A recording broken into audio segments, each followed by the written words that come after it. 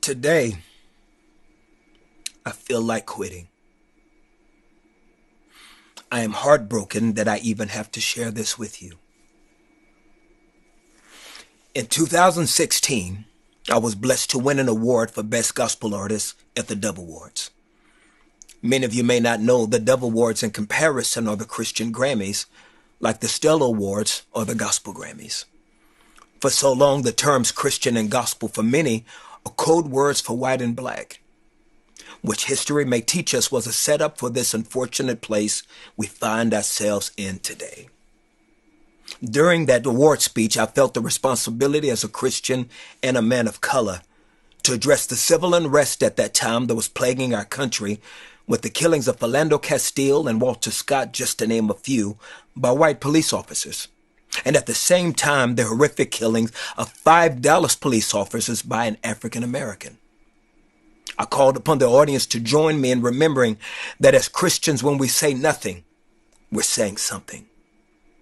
After a standing ovation, we prayed and stood in unity for all the families affected by those tragedies. We all felt that moment that there was a shift in the climate of our separate worlds. Unfortunately, when that speech aired on the Christian network TBN, that part of my speech was edited out. I made my disappointment and frustration known to the Dove Awards committee and to the Trinity Broadcasting Network. I never heard from TBN, and the Dove Award committee promised to rectify the mistake so that it wouldn't happen again. In 2019, history repeated itself.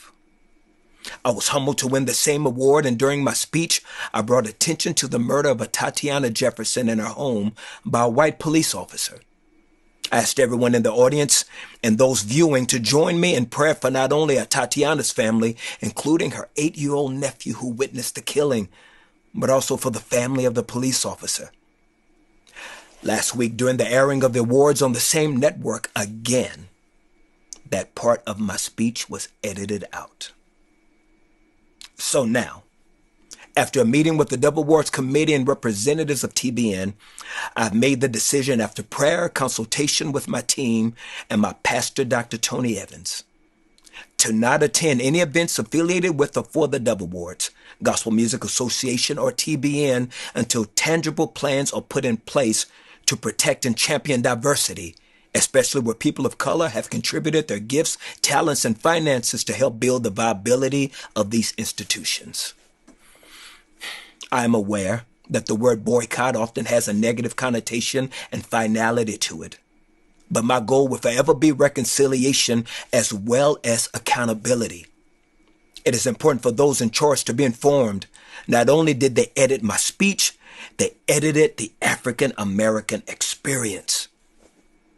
I'm not asking those in the gospel community to follow my decision. No, this is my personal choice to take a stand and hold responsible those in positions of power to acknowledge the issues in our separate communities that have existed from colonialism to Jim Crow.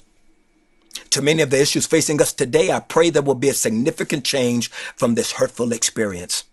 I look with anticipation for that day of healing, and I'm committed to contributing to that process. In the end, we will not remember the words of our enemies, but the silence of our friends.